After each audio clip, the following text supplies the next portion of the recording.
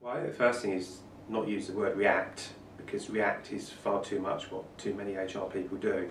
They actually wait for something to happen and then kick into operational mode.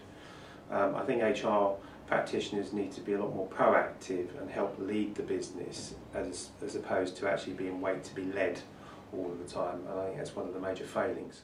In terms of leading, it's about being at the top table. It's about making sure that you're part of the agenda from the start and helping shape the business agenda, as opposed to waiting for the business agenda to be drafted and then being told what to do. By being proactive, by talking about business as opposed to process. Well, organisational effectiveness is about linking people to the organisational goals, and in order to do that, everybody needs to know what part they play in running the business.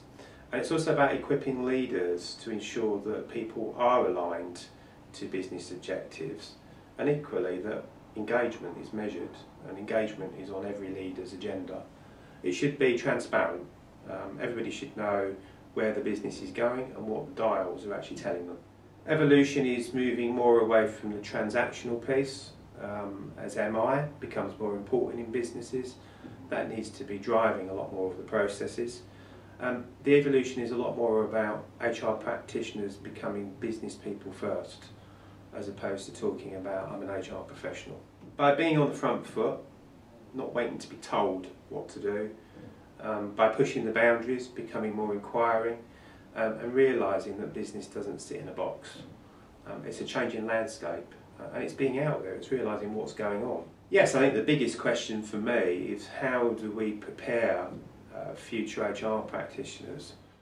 I think there's a big gap in what industry needs and actually what's being developed at the moment. I think the talent needs to come more from the line management perspective, and people moving into HR are seen as a big career step for them. I think the problem that we have at the moment is far too many people moving it first off from a degree, and then they don't experience other positions within organisations, and yet they're seen as telling leaders what to do, when in fact they've never actually led business units themselves. Yeah, I think first of all it's understanding the landscape in terms of the from and the to. So where are you at the moment and where do you need to get to as a business? Never forgetting that you're dealing with various stakeholders. Some people could be quite fearful of moving forward and not know how to cope with that, and I think that's part of your role to help prepare them.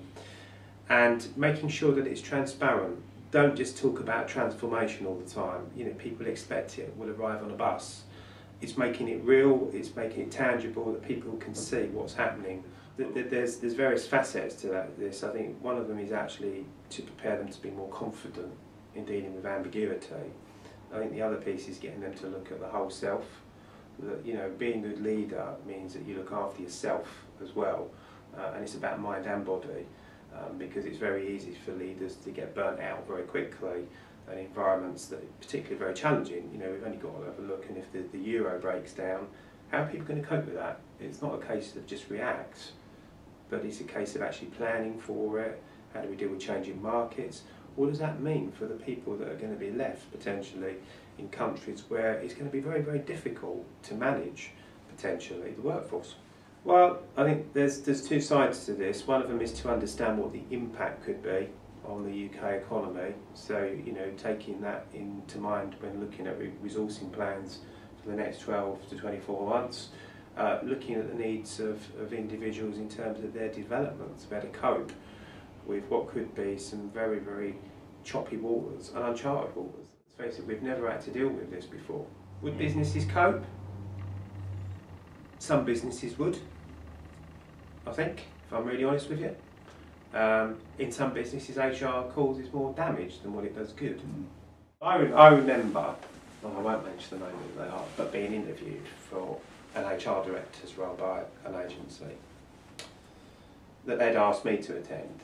And I'd have to say, the person that interviewed me was absolutely bloody hopeless when it comes to any understanding of organisational design, the whole OD piece. In fact, they really didn't even know what it was. And I sat there thinking, well, you're interviewing me to go in a role that's, a reasonably sized role, and you haven't even got a clue yourself. So if you've not got a clue, how's the client going to get what they need? But that's about leading an HR department in a way that is brave and courageous and that can move in different ways within a business. Otherwise, why have an HR director? I know not all HR roles are transformational, because not all of them are. Some of them are caretaking. If you want that sort of role, that's fine. Yeah. But don't just sit there and moan about it, because I think that's what far too many people do. Well, no, I've been in HR for a long time, but the type of roles that I've principally had, mostly had, have been transformational. I've led on some really big stuff, like the transformation from Bupa hospitals, which was Provident Association, taking that into private equity. So you don't sit there and say, well, you can't do that, think about things you can do in business to make it work, as opposed to 101 things why you can't. Well, I think from a business partner view, strategically, but from a business partner view, understanding your talent pool and what your requirements are moving forward for the next few years, I think is crucial. Otherwise, what do? Do you always live hand to mouth? I know that, given the economy the way it's been, it has been slightly difficult. But if you don't manage talent even then, you run the risk, as you know. I mean, you deal with people every day that jump ship. I think there's a lot that needs to be done. If you develop true business partners, they need to understand consulting models properly. I think they need to make sure they've really got solid foundations in really key areas, first of all. Employee relations is a must. You haven't got that, basically, you're an island to nothing. Good OD skills, understanding the whole talent arena. I mean, for me, they're fundamental underpinning areas.